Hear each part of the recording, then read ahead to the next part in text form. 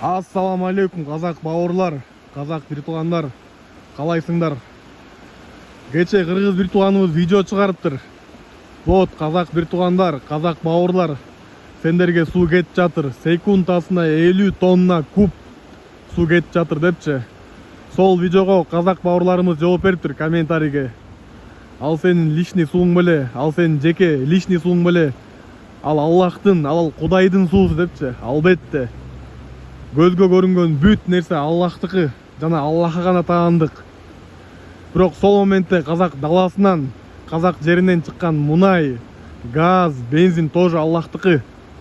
Сол бензинді, сол мұнайды өзбеке, қырғызға сілер қымбат сатып жатсыңар, қазақ бауырлар. Қымбат бағда беріп жатсыңар сілер.